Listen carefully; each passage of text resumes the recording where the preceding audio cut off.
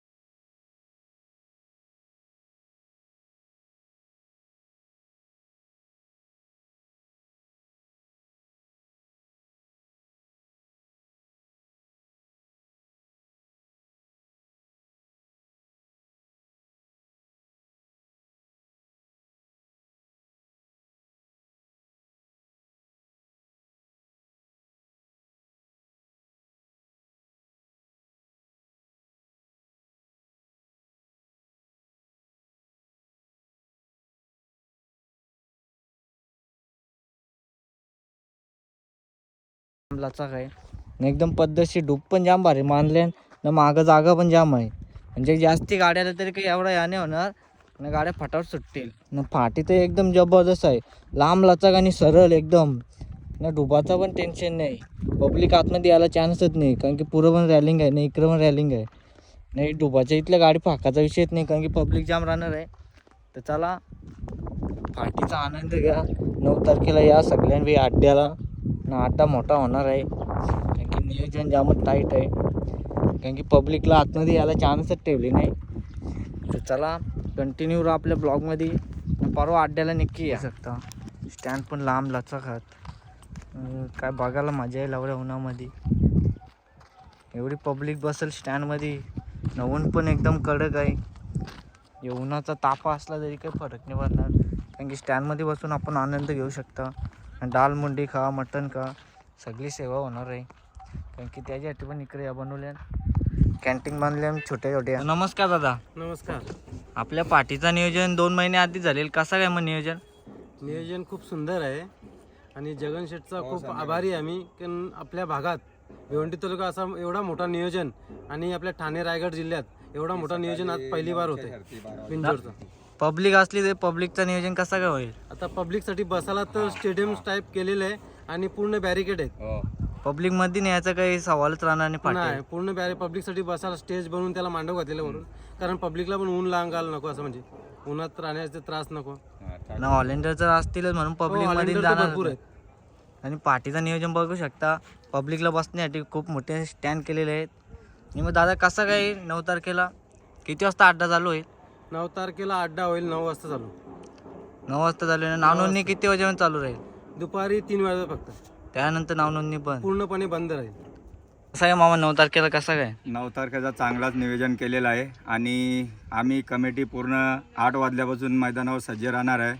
9 वाजल्यापासून गाड्या मालकाही यावा, नाव नोंदणी करून शर्यतींना लवकरात लवकर कशी सुरुवात होईल ही गाड्या मालकांनी सहकार्य करावा. ट्रॉफिकचा इथं काही संबंधच नाही, कारण चाऱ्या बाजून रस्ते आहेत. तिकडून बापगाववरून देवरुंगमधल्या 2 रस्ते आहेत, सावाद्यावरून 2 रस्ते आहेत, वरून पिशावरून येणारा समृद्धी मार्ग आहे, परत आमण्यावरून येणारा, म्हणजे रस्त्यांचा ट्रॉफिकचा काही विषय येणार नाही. आणि पार्किंगसाठी खूप सारी जागा आहे. कितीही फोर व्हीलर येऊ दे, कितीही बैलगाड्या येऊ दे, चांगलीच चांगली सोय करून ठेवलेलं आम्ही आणि पूर्ण साफसफाई पण केलेलं आहे. आता बघूया, आता गाडा मालकांवर किती लवकर येतात त्यांच्यावर आहे. लवकर येऊन लवकर गाड्या करून जा. लवकर आणून लवकर गाड्या केल्या तर सकाळी 9 ते 12 वाजेपर्यंत गाड्या पळतील. त्यांना आम्ही लगेच त्यांचा 12च्या नंतर लकी ड्रॉ करणार आहे आणि टू व्हीलर त्यांना लगेच ज्याला कोणाला लागेल त्याला लगेच त्याच्या सत्कार करून त्याला आम्ही त्यांच्या ताब्यात देणार आहे. नियोजन तर एकदम व्यवस्थित झालेलं आहे. नियोजन तर चांगलाच झालेलं आहे. काय माननीय कपिल पाटील साहेब यांच्या वाढदिवसानिमित्ताने जगनशेठ पाटील इताडे सरपंच यांनी मागच्या वर्षी पण आपण केला होता, तर यावर्षी मला फोन केला, केशव शेठ तुम्ही फक्त या, तुम्ही सहकार्य करा आम्हाला, बाकी आम्ही बघतो. तर त्यांच्या विनंतीला मान देऊन रोज मी, साईराज असेल, कवित शेठ असेल, सोमनाथ रुपेश असेल, आम्ही सर्व पोरं 8-9 वाजता मला फोन चालू होता, दादा लवकर ये, कसा करायचा.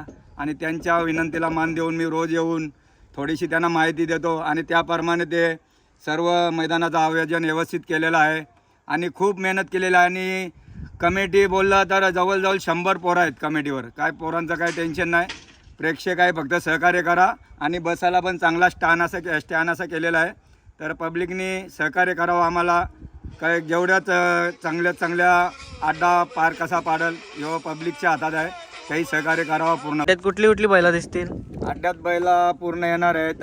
बकासूर येणार आहे, मथुर येणार आहे, मोठा सोन्या येणार आहे, सैराट येणार आहे, टिटवी येणार आहे, सर्व अर्जुन येणार आहे. सर्व नामांकित बैला पूर्ण येणार आहेत.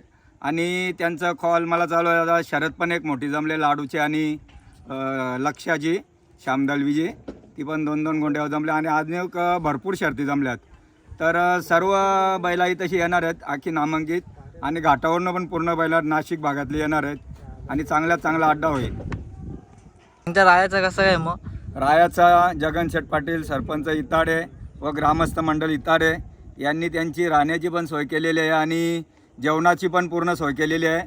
तर त्याही पोरांना पहिलं सांगितलेलं आहे जगनशेठ पाटील यांनी, तर जेवढं पण गाडा मालक येतील त्यांची जेवणाची आणि झोपाची सोय केलेली आहे. सुट्टी मेकरचा लकी ड्रॉ कसा काय? सुट्टी मेकरांसाठी एक फ्रीज ठेवलेली आहे आणि माझ्या करून 20 टी शर्ट सुट्टी मेकरांसाठी मी दिलेला आहे. त्यांचा लकी ड्रॉ कधी होईल? त्यांचा लकी ड्रॉ बघू आता दुपारनंतरच करून घेऊ, कारण मी तिथे बैला सोराला राहणार आहेत. तर बघू आम्ही आता उद्या ठरवू त्यांचा लकी ड्रॉ किती वाजता करायचा ते. तर बाईट दिल्याबद्दल सर्वांचे धन्यवाद. तर भेटू आपण 9 तारखेला इताडे फाटीवर. चला धन्यवाद. या तुम्ही लवकरच या. हां, तर पाठीचं नियोजन आणि कसं काय होणार आहे सगळं आपण माहिती काढलेली आहे. तर आता 9 तारखेला भेटू आपण. तर चला आपल्या ब्लॉगला लाईक करा, कमेंट करा, शेअर करा आणि सबस्क्राईब करा. तर भेटू 9 तारखेला. तोपर्यंत बाय बाय.